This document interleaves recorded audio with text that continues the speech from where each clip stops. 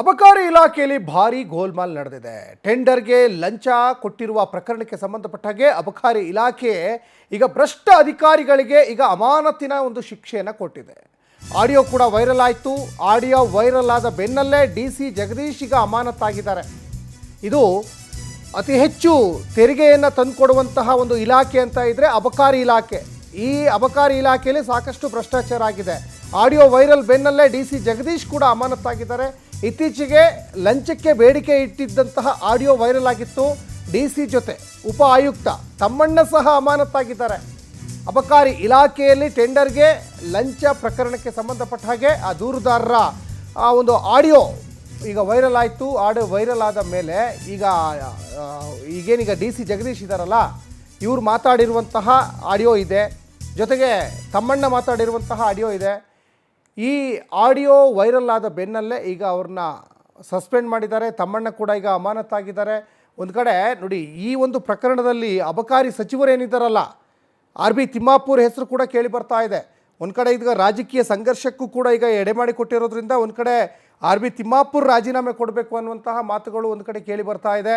ಮತ್ತು ಏನಾದರೂ ಒಂದಿಷ್ಟು ನಿಮಗೆ ಲೈಸೆನ್ಸ್ ಮಾಡಿಸ್ಕೊಡ್ಬೇಕು ಅಂದರೆ ಸಚಿವರಿಗೂ ಒಂದಿಷ್ಟು ಕಮಿಷನ್ ಹೋಗಬೇಕಾಗುತ್ತೆ ಅನ್ನುವಂತಹ ಆಡಿಯೋ ಸಾಕಷ್ಟು ವೈರಲ್ ಆಗಿತ್ತು. ದೊಡ್ಡ ಮಟ್ಟದಲ್ಲಿ ಸಂಚಲನ ಸೃಷ್ಟಿಯಾಗ್ತಾ ಇರುವಂತಹ ಒಂದು ಘಟನೆ ಇದು. ಹಾಗಾಗಿ ಈ ಲಂಚಕ್ಕೆ ಬೇಡಿಕೆ ಇಟ್ಟಿದ್ದಂತಹ ಆಡಿಯೋ ಈಗ ಸಾಕಷ್ಟು ವೈರಲ್ ಆಗ್ತಾ ಇದೆ. ಈ ಬಗ್ಗೆ ಸಾಕಷ್ಟು ಡೀಟೇಲ್ಸನ್ನು ತಿಳ್ಕೊಳ್ತಾ ಹೋಗೋಣ. ನಮ್ಮ ಪೊಲಿಟಿಕಲ್ ಬ್ಯೂರೋ ಹೆಡ್ ರಾಘವೇಂದ್ರ ಡೀಟೇಲ್ಸನ್ನು ಕೊಡ್ತಾ ಹೋಗ್ತಾರೆ. ರಾಘವೇಂದ್ರ, ಒಂದು ಕಡೆ ಈಗ ಅಬಕಾರಿ ಇಲಾಖೆ ಅಂದರೆ ಅದು ಸರ್ಕಾರದ ಬೊಕ್ಕಸಕ್ಕೆ ಅತಿ ಹೆಚ್ಚು ಆದಾಯ ತಂದುಕೊಡುವಂತಹ ಒಂದು ಇಲಾಖೆ. ಸಚಿವರ ಹೆಸರು ಇದರಲ್ಲಿ ದೊಡ್ಡ ಮಟ್ಟದಲ್ಲಿ ಕೇಳಿ ಬರ್ತಾ ಇದೆ. ಜೊತೆಗೆ ಡಿ.ಸಿ. ಜಗದೀಶ್ ಕೂಡ ಈಗ ಸಸ್ಪೆಂಡ್ ಆಗಿದ್ದಾರೆ, ತಮ್ಮಣ್ಣ ಅಮಾನತಾಗಿದ್ದಾರೆ. ಏನಿದು ಕರ್ಮಕಾಂಡ, ಏನಿದೆ ಹೆಚ್ಚಿನ ಡೀಟೇಲ್ಸ್? ಸಚಿನ್, ಪ್ರಮುಖವಾಗಿ ಅಬಕಾರಿ ಇಲಾಖೆಯಲ್ಲಿ ನಡೆದಿರ್ತಕ್ಕಂತಹ ಭ್ರಷ್ಟಾಚಾರ ವಿಚಾರಕ್ಕೆ ಸಂಬಂಧಪಟ್ಟಂತೆ ಇದೀಗ ಮೊದಲ ಹೆಜ್ಜೆಯಾಗಿ ಏನು ಡಿ.ಸಿ. ಜಗದೀಶ್ ಮತ್ತೆ ಉಪ ಆಯುಕ್ತ ತಮ್ಮಣ್ಣನವರನ್ನ ಇದೀಗ ಸರ್ಕಾರ ಅಮಾನತು ಮಾಡಿ ಆದೇಶವನ್ನ ಹೊರಡಿಸಿದೆ.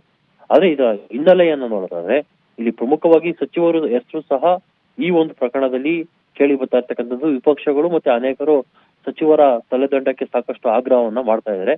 ಆದ್ರೆ ಇದೀಗ ಮೇಲ್ನೋಟಕ್ಕೆ ಇಬ್ಬರು ಅಧಿಕಾರಿಗಳನ್ನ ಸಸ್ಪೆಂಡ್ ಮಾಡುವ ಮುಖಾಂತರ ಒಂದು ಕಣ್ಣೊರೆಸುವ ತಂತ್ರವನ್ನ ಸರ್ಕಾರ ಮಾಡಿದೆ ಅಂತಾನೆ ಹೇಳ್ಬೋದು. ಯಾಕಂದ್ರೆ ಅಬಕಾರಿ ಇಲಾಖೆಯಲ್ಲಿ ಲಕ್ಷ್ಮೀನಾರಾಯಣನವರು ಒಂದು ಟೆಂಡರ್ ವಿಚಾರಕ್ಕೆ ಸಂಬಂಧಪಟ್ಟಂತೆ ಡಿ.ಸಿ. ಜಗದೀಶ್ ಅವರ ಜೊತೆಗೆ ಮಾತುಕತೆಯನ್ನು ನಡೆಸ್ತಾರೆ. ಆಗ ಜಗದೀಶ್ ಮತ್ತೆ ಲಕ್ಷ್ಮೀನಾರಾಯಣ ನಡುವೆ ನಡೆದಿರ್ತಕ್ಕಂತಹ ಒಂದು ಆಡಿಯೋ ಕ್ಲಿಪ್ ಏನಿದೆ ಅದನ್ನ ನೇರವಾಗಿ ಲೋಕಾಯುಕ್ತರಿಗೆ ಕೊಟ್ಟು ದೂರನ್ನ ಕೊಟ್ಟು ಇವರ ಮೇಲೆ ಕ್ರಮವನ್ನ ಕೈಗೊಳ್ಳಬೇಕು. ಇದರಲ್ಲಿ ಸಚಿವರ ಹೆಸರನ್ನು ಸಹ ಖುದ್ದಾಗಿ ಡಿ.ಸಿ. ಜಗದೀಶ್ ಅವರು ಉಲ್ಲೇಖ ಮಾಡ್ತಾರೆ.